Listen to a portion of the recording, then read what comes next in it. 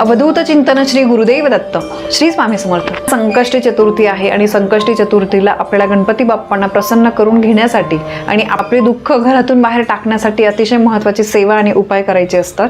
न विसरता तुम्हाला संकष्टी चतुर्थीला 2 कापुरांच्या वड्यासोबत एक वस्तू जाळायची आहे.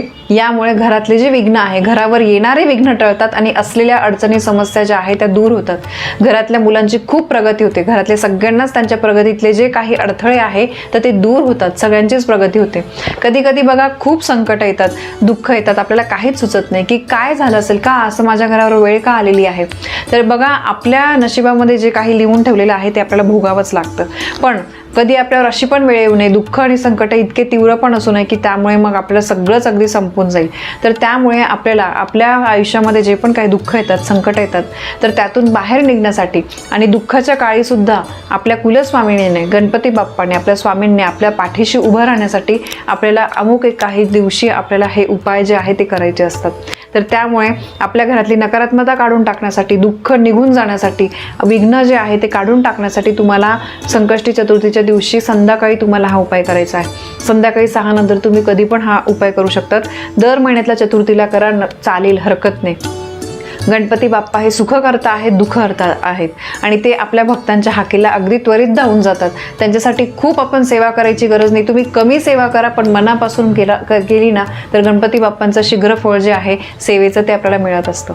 प्रत्येक घरातली स्त्री जी आहे ती घरामध्ये सर्व काही मंगल घडण्यासाठी प्रयत्न करत असते. म्हणूनच गणपती बाप्पा जे आहे ते विद्येचे सुद्धा देवता आहेत. आपल्या मुलांच्या प्रगतीसाठी, त्याच्यानंतर आपल्या घरातले विघ्न काढण्यासाठी, आपल्या घरामध्ये सुख आणण्यासाठी तुम्हाला हा संकष्टी चतुर्थी अतिशय महत्त्वाचा दिवस आहे. या दिवशी गणपती बाप्पांची जमेल तेवढी सेवा करा. त्यानंतर गणपती बाप्पांच्या मूर्तीवर अभिषेक करा, पाण्याचा, दुधाचा अभिषेक करा, अथर्वशीर्ष म्हणा, गणपती बाप्पांच्या आवडीच्या गोष्टी म्हणजे त्यांना जास्वंदाचं फूल, दुर्वा ज्या आहे त्या अर्पण करा. गणपती बाप्पांना 11 मोदक, 21 मोदक अर्पण करा. गणेश स्तोत्राचं पठण करा. या गोष्टी ज्या आहे ना या दिवसभरात झाल्याच पाहिजे. कधीही करा पण करा, कारण चतुर्थी ही तिथी जी आहे ना ती खूप खूप खूप पवित्र असते. उपवास प्रत्येकाला जमतोच असं नाही, पण तुम्ही उपवास जरी नाही केल्या, सेवा केल्या तरी चालेल. उपवास झेपत असेल नक्की करा, हरकत नाही. आणि दर महिन्यातली चतुर्थी तिथी ही पाळायलाच पाहिजे. या दिवशी मांसाहार वगैरे करू नका. आता बघा तुमच्या मनातली इच्छा जी आहे ती पूर्ण करण्यासाठी मी तुम्हाला हा उपाय सांगते. हे जे संकट वगैरे आहे हे काढून टाकण्यासाठी, दूर फेकण्यासाठी, दुःख येतात आपल्याला, ते दुःखामध्ये आपण इतकं बुडून जातो की आपल्याला मार्गच सापडत नाही आणि आपल्या नशिबामध्ये काही ज्या गोष्टी आहेत त्या लिहून ठेवलेल्या असतात त्या आपल्याला भोगाव्याच लागतात. पण अशा वाईट आपण जेव्हा सेवेचा बॅलन्स वाढवतो तर तेव्हा हे दुःख जे आहे ते कुठेतरी आपल्या नशिबात लिहून ठेवलेले हे आपोआप कमी होतात, ते आपल्यापर्यंत येतच नाही. तर त्यासाठी उपाय आहे, तुम्हाला काय करायचं आहे, संध्याकाळी एक छोटासा खोबऱ्याचा तुकडा घ्यायचा आहे. ठीक आहे, जास्त मोठा घेऊ नका कारण तो नंतर आपल्याला फेकायचा आहे. तर त्यामुळे छोटासा एक खोबऱ्याचा तुकडा घ्या. त्यावर 2 ते 3 भीमसेनी कापराची वडी घ्या. मी भीमसेनी कापूरच का सांगत असते, कारण नेहमी मी सांगते भीमसेनी कापराचे खूप फायदे आहे. जीवजंतूंचा नाश होण्यासाठी त्याचा खूप फायदा होत असतो. त्यामुळे साध्या कापरापेक्षा तुम्ही भीमसेनी कापूर घ्या. आत्ता नसेल तुम्ही साधा घ्या, ठीक आहे, हरकत नाही, पण भीमसेनी कापूर नक्की आणून ठेवा. तर तुम्हाला 2 ते 3 कापरांच्या वड्या घ्यायच्या आहे.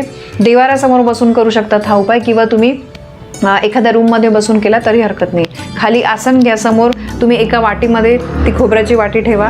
त्याच्यावर 2 ते 3 भीमसेनी कापराच्या वडा घ्या आणि त्या कापूराला तुम्हाला प्रज्वलित करायचे, जाळायचे. आणि तो कापूर जोपर्यंत जळतोय तोपर्यंत कंटिन्यू तुम्हाला ओम श्रीम विघ्नहर्ताय नमः, ओम श्रीम विघ्नहर्ताय नमः, ओम श्रीम विघ्नहर्ताय नमः या मंत्राचा तुम्हाला जप करायचा आहे.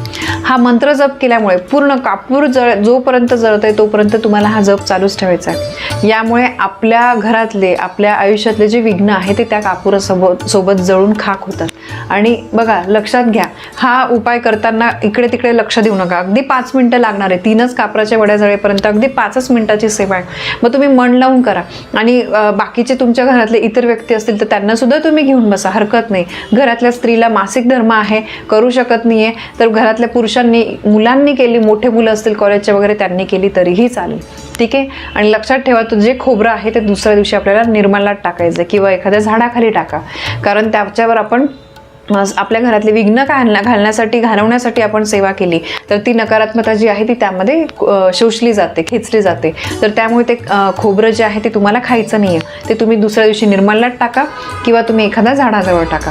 कितीही दुःख, अडचणी, संकटे कितीही असो ते 100% दूर होतील या उपायामुळे. खूप लोकांचा याच्यावर अनुभवसुद्धा आहे. मी बऱ्याचदा हा अनुभव तुमच्यासोबत शेअर केलेला आहे. आत्ता आपले काही बरेचसे न्यू सबस्क्रायबरसुद्धा आहे, तर त्यांनीसुद्धा हा उपाय करून बघा. आपले जे जुने व्हिडिओज आहेत त्यातले तुम्ही कमेंट वाचा, तर नक्कीच तुम्हाला मी सांगितल्यापेक्षा जेव्हा अजून काही लोक त्याचा अनुभव घेतात, त्यांचे अनुभव शेअर करतात ना, तर ते जर तुम्ही ऐकलं तर तुम्हाला अजून जास्त त्याच्यावर विश्वास पटेल. तर त्यामुळे गणपती बाप्पांच्या चतुर्थीच्या दिवशी अशी सेवा नक्कीच होऊ द्या. गणपती बाप्पा आपल्या आयुष्यातले सगळे दुःख, संकट, अडचणी हिरावून घेतील आणि भरभरून सुख, आनंद जे आहे ते आपल्याला देतील. तर हा एक महत्त्वाचा उपाय मला तुमच्यापर्यंत शेअर करायचा होता.